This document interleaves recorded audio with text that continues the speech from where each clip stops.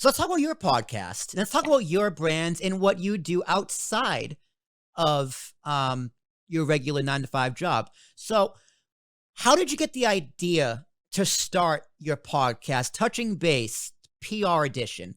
So was it your idea? Was it someone else's idea? Tell me through the origin story. So it was probably about a year, and I was like, I really want to have a podcast, but like I kind of said earlier, I don't think I could talk to a microphone for that long. I just don't think I would do it. I don't think it could be sustainable.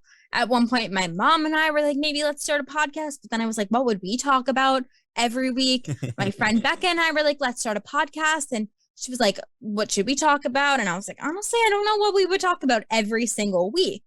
And so then quarantine kind of happened, and I think so many people kind of started their own endeavors during quarantine because we all had the time for it. But quarantine kind of happened, and it was literally the middle of July, and I was like, I really want to have a podcast.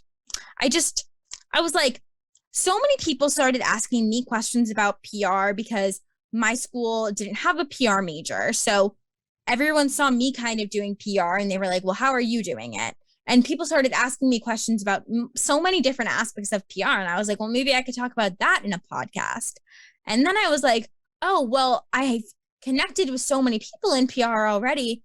Maybe I should I was doing informational interviews like for myself. And I was like, well, maybe I should just broadcast those. And so then it was literally a Thursday, and I walked around my entire house, and I was like, does anyone have a microphone? And everyone in my house looked at me like I was crazy. They were like, why would we just have a microphone? And I was like, all right, so no one has a microphone. I went on Amazon Prime. I found a microphone that would be there on Saturday. And I said, okay. And then I started an Instagram account for my podcast, and I came up with the name Touching Base PR Edition because I felt like so many times in PR when I was pitching people, I was always saying like, hey, I just wanted to touch base with you on this. And so I came up with the idea touching base because I'm like, I'm going to be touching base with people in the PR industry. So that was where that touching base came from. So I made this Instagram account. I made a really, really crappy little episode logo cover, and I posted it on Instagram, and I said, episode coming Sunday. And so then I spent Friday kind of writing down a little bit of a script for what I might say in this episode. Microphone came on Saturday. I sat down, recorded this little 5-minute trailer, and the next thing I knew, I had a podcast. It really is that easy.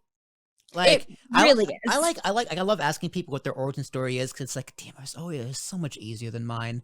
I started in February 2015. It was around my birthday. It was like a few days before I turned 19. I recorded my first episode incorrectly, by the way. Well, it wasn't incorrect.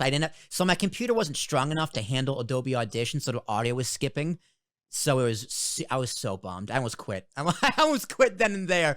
But it really is that easy to start a podcast. Now, were you surprised it was that easy? Were you expecting it to be harder?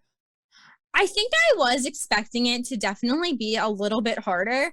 I was like, wait, you're telling me I can just upload audio to this website and all of a sudden my podcast, my voice is going to be on Spotify? I was like, that makes zero sense, but all right, if you're telling me that's what's going to happen, that's what's going to happen. Mm-hmm. And, I think it's like this thing where like I made YouTube videos for a while before I started podcasting, and I was making these YouTube videos and they go on YouTube and then you hope someone sees them. But with podcasting, it's like you make a podcast and all of a sudden it's on Spotify, it's on Apple Podcasts, like it's all over the place. And I feel like it's just it's so different. It is a different medium. And like, as a PR rep, let me ask you this, because one of my philosophies, I have many philosophies on podcasting, but one of them is that everything needs to be everywhere always, which means everything you create needs to be in many places as possible, as often as possible. Yeah. So like with a podcast, it's on Spotify, Stitcher, Apple, Google. I know you use Anchor. Anchor doesn't give it everywhere. Like I know I distribute my podcast manually. We create our own RSS feed to distribute manually to 25 plus different places worldwide. I think Anchor gives you 7 or 8, but I know Anchor doesn't go to Stitcher, which really annoyed me. But then you can take the feed and manually submit it to Stitcher. So at least they give you that option. But it gave me the idea that exclusivity is dead.